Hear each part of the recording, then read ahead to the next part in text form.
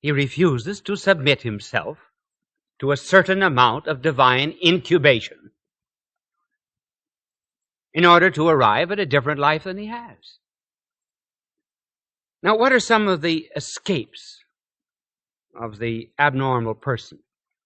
Because that's the way he spends his time. If he wants to go, for example, from New York to Washington, he isn't concerned about Washington. He's concerned about giving excuses why he doesn't go to Washington.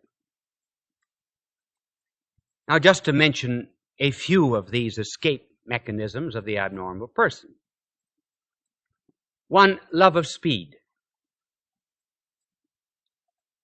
I believe that an excessive love of speed, or should I say, a love of excessive speed, is due to a want of a goal or purpose in life. So they do not know where they're going, but they certainly are on their way. And there may even be an unconscious or half-conscious desire to end life because it is without purpose. Another escape would be sex, throwing oneself into business in an abnormal kind of way in order to have the intensity of an experience atone for a want of goal or purpose. One of the very famous psychiatrists, Dr. Jung, said that after 25 years of experience of dealing with mental patients, I would say that at least 1/3 of my patients had no observable clinical neuroses, but all of them were suffering from a want of the meaning and purpose of life. And not until they discover that will they ever be happy.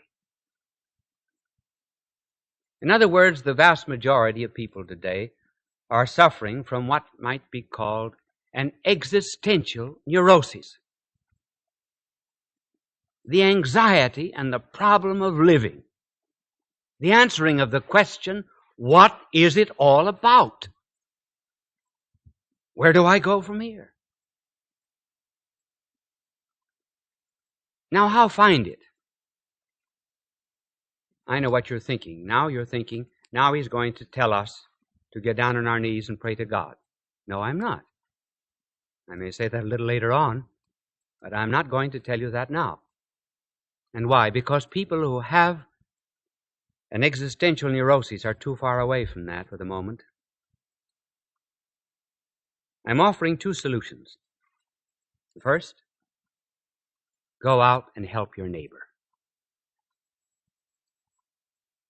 Those who suffer from an anxiety of life do so because they live only for themselves.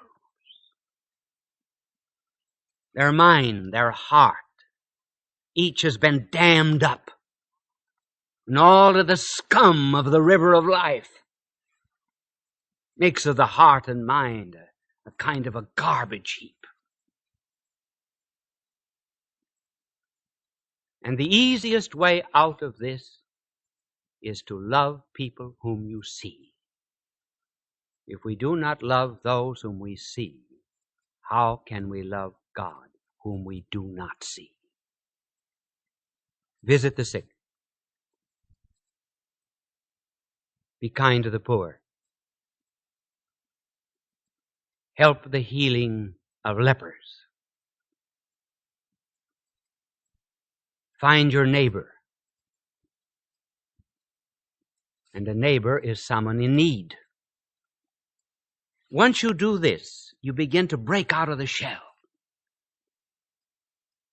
You discover that your neighbor is not hell, as Sartre says. That your neighbor is part of yourself and is a creature of God. Not very long ago, there was a father brought to me his young son. a very self-wise, conceited young delinquent